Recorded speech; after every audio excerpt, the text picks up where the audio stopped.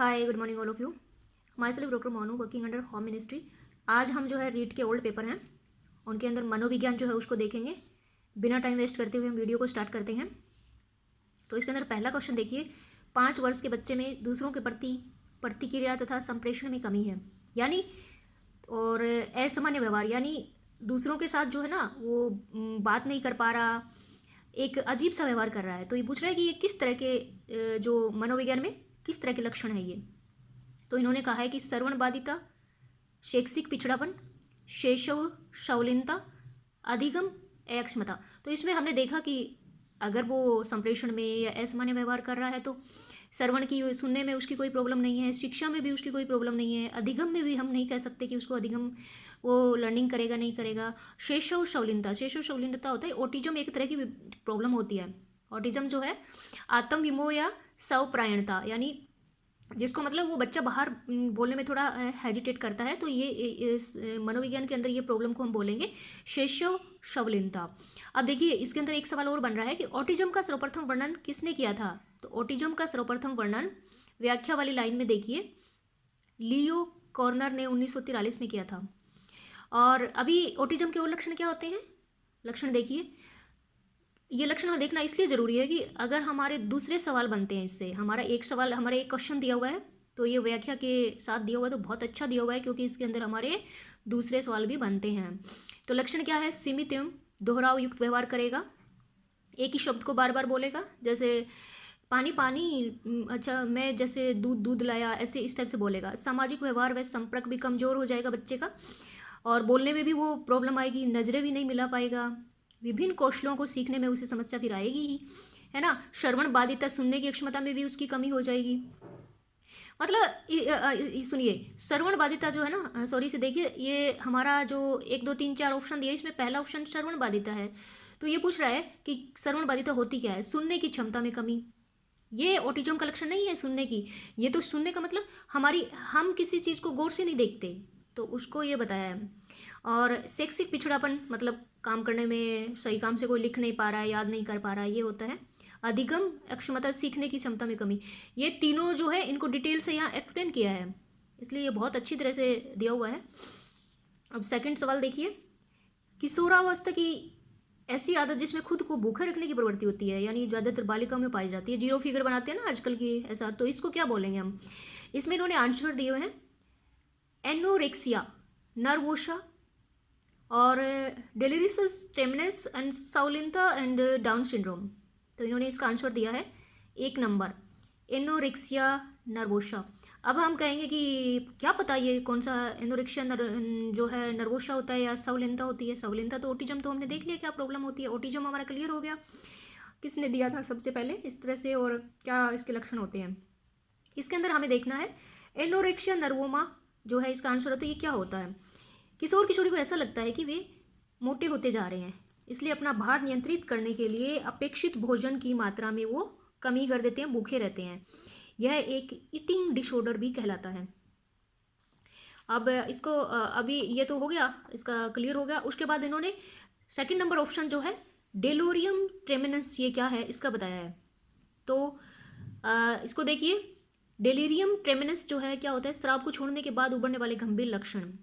कईयों की जैसे शराब छुड़ा दी जाती है तो वो खाना नहीं खाते और बहुत आलस्य महसूस करते हैं, इस टाइप के जो है ना लक्षण है, तो ये उनको हम बोलेंगे DI है। शालीनता तो हमने देख लिया, मस्तिष्क विकार है, इसमें व्यवहार में को बार बार दोहराया जाता है किसी चीज़ को। और डाउन सिंड्रोम जो है इसे हम क्या बोलते हैं, डाउन सिंड्रोम को बोलेंगे इसे मंगोलिज्म या ट्राइसोमी 21 के नाम से भी जाना जाता है। मंगोलिज्म या ट्राइसोमी 21 के नाम से जाना जाता है। यह एक आनुवंशिक विकार है, इसमें शिशु में गुणसूत्रों की संख्या देखो 47 हो जाती है 46 के बजाय, है तो डाउन मतलब कम होना, लेकिन गुणसूत्रों की संख्या इसमें ज़्यादा बढ़ जाती है।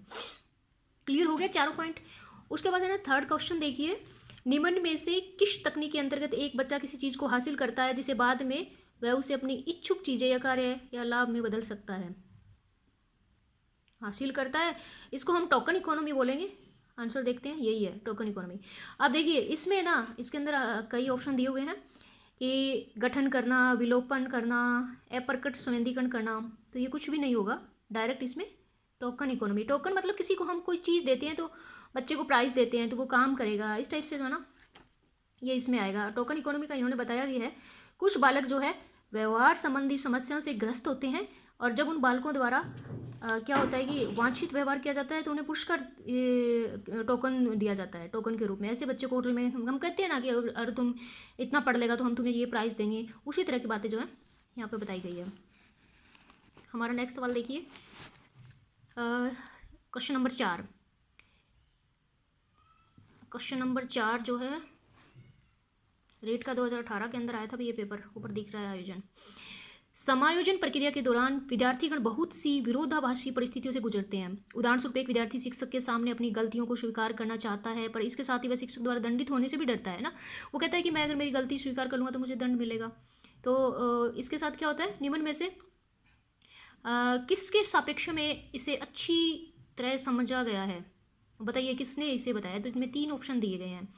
तो इसके अंदर पत्ती पत्ती विरोधाभासी परिस्थिति, वर्जन वर्जन विरोधाभासी परिस्थिति, पद्धति वर्जन विरोधाभासी परिस्थिति, ये कह रहा है ये कौन सी है। तो इसमें इन्होंने ऑप्शन दिए हैं, इसका आंसर दिए 3 नंबर, पद्धति वर्जन विरोधाभासी परिस्थिति।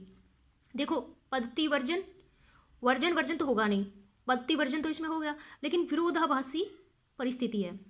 पद्धति वर्जन इसलिए हुआ है, वर्जन वर्जन तो एक एक सिंगल हो जाता है, टीचर टीचर विद्यार्थी विद्यार्थी, और पद्धति वर्जन मतलब विद्यार्थी भी और टीचर भी है, तो दोनों ही, और दोनों में विरोधाभास तो चल रहा है ना कि गलतियों को स्वीकार करे नहीं करे, तो ये विरोधाभासी आएगा। तो व्याख्या देखिए इसमें 3 प्रकार की इन्होंने ये बताई है, जो विरोधाभास की जो परिस्थितियाँ ये बताई है। अब इन्होंने समझाया है पद्धति वर्जन विरोधाभास होता क्या है। इस स्थिति में व्यक्ति के सामने 2 वस्तुएं या परिस्थितियां होती है जिनमें एक सकारात्मक एवं एक नकारात्मक होती है। वह केवल सकारात्मक परिस्थिति को ही स्वीकार करना चाहता है, नकारात्मक को नहीं। निम्न में से कौन सी संस्था, हाँ देखिए ये बता दिया मैंने, बताया ना एक नहीं डबल होगी और वो एक को स्वीकार करेगा। इन्होंने सभी को डिस्कस नहीं किया है। और आगे देखिए क्वेश्चन नंबर 5 पे आते हैं हम लोग। निम्न में से कौन सी संस्था जो है प्रशिक्षण नियमावली तथा कार्यक्रमों का विकलांगता पुनर्वास के क्षेत्र में भारत में क्रियान्वयन करती है। तो ये है भारत पुनर्वास परिषद। देखिए इसमें दे रखा है कि पुनर्वास के क्षेत्र में, तो पुनर्वास आ गई डायरेक्ट। इसको ऊपर से राष्ट्रीय अध्यापक शिक्षा परिषद होती है, इसको तो आप सवाल को देखते ही आप एकदम टिक लगा सकते हैं। फिर भी देखिए भारतीय पुनर्वास परिषद होती क्या है, नई दिल्ली में स्थापित की गई थी 1993 को, और इसका उद्देश्य विकलांग व्यक्ति को पुनर्वास प्रदान करना और प्रशिक्षण और कार्यक्रमों को, और उसके लिए वहाँ पे रखेंगे ज़रूर, लेकिन उसको प्रशिक्षण और नीतियों को भी उनको करवाएंगे, उस व्यक्ति से प्रशिक्षण प्रदान करेंगे, कार्यक्रमों के बारे में बताएंगे ऐसा। उसके बारे में ना नेक्स्ट देखिए राष्ट्रीय अध्यापक शिक्षा परिषद क्या है। यह अध्यापक शिक्षा के संदर्भ में सलाहकारी निकाय है, स्थापना 1995 में हुई थी। राष्ट्रीय अध्यापक शिक्षा परिषद जो है इम्पोर्टेंट है गाइस।